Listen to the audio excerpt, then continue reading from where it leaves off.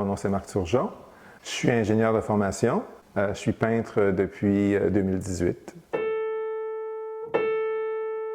Je viens d'une famille qui n'était pas tellement attirée par l'art, donc je ne suis pas allé au musée très souvent quand j'étais plus jeune. Puis à un moment donné, je suis allé voir une exposition de peinture au Musée des Beaux-Arts. J'ai pris conscience que c'est quelque chose qui était probablement en moi que j'avais jamais vraiment su. Après une deuxième exposition, notamment celle de Michel Riopelle, là, j'ai comme senti un appel. C'est comme si ça me disait « faut que tu en fasses ». C'est pas tout d'aller en voir ou d'en acheter, il faut que tu en fasses. Puis là, il y a eu d'autres visites de musées, des musées notamment à Paris, des musées que j'ai trouvés exceptionnels. Puis là, une envie de peindre de plus en plus forte. À un moment donné, je suis à la maison, j'ai la chance de vivre au Lac-de-L'Âge, puis je regardais à l'extérieur un paysage d'automne.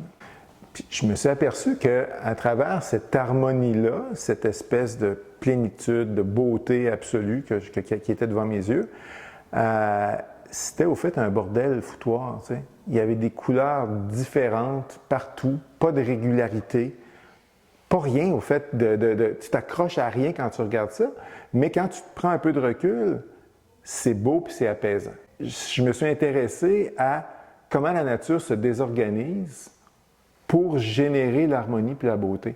Donc c'est pas tellement la nature sur le plan plastique que je veux reproduire, c'est plutôt la façon qu'elle a de se désorganiser pour ramener de l'ordre. Les gens me disent « Pourquoi tu fais de la texture? » Au fait, je ne fais pas de la texture pour de la texture. La texture, elle est compliquée, elle me prend beaucoup plus de peinture, elle est plus chère, elle est plus longue à faire.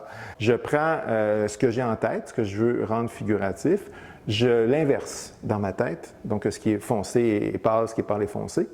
Puis je peins la toile à l'acrylique comme ça. Puis quand la toile à l'acrylique elle est faite, je la recouvre d'huile ensuite en positif. Donc je réinverse dans le fond ça. Pourquoi je fais ça? C'est que quand je viens des fois passer ma spatule sur la peinture à l'huile, puis que j'arrive à voir un petit peu le fond à l'acrylique, bien, il est de couleur inversée. Je trouve ça plastiquement intéressant, puis j'aime ça jouer dans la matière. J'aime ça quand l'huile donne quand même un petit peu de retour là, sur les différents instruments, le pinceau, la peinture, même les balais. J'utilise des vieux balais de paille aussi. Ce que j'aime de la texture, c'est les jeux d'ombre qu'elle crée. Quand tu places une toile à la lumière du jour, on voit la toile qui se transforme par les petits jeux d'ombre que la texture te permet d'avoir.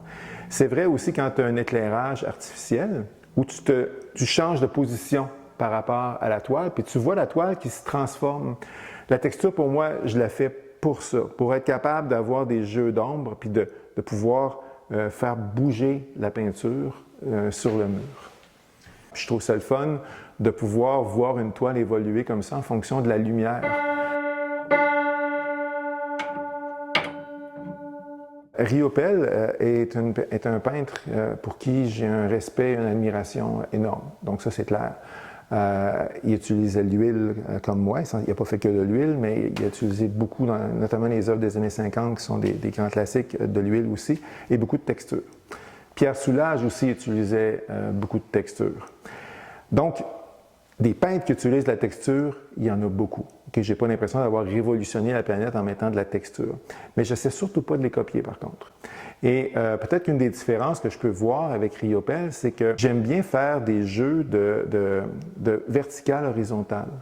Comme pour utiliser une forme peut-être un peu plus géométrique, tout en jouant le jeu du chaos aussi, comme ça. Donc, je vais repasser avec des coups de vertical-horizontal pour donner une espèce d'effet de petits carrés, de quadrillés qui se parlent un et l'autre. Je trouve ça le fun. Puis en même temps, ça me permet d'essayer de faire ce que la nature fait, de se désorganiser pour générer l'ordre.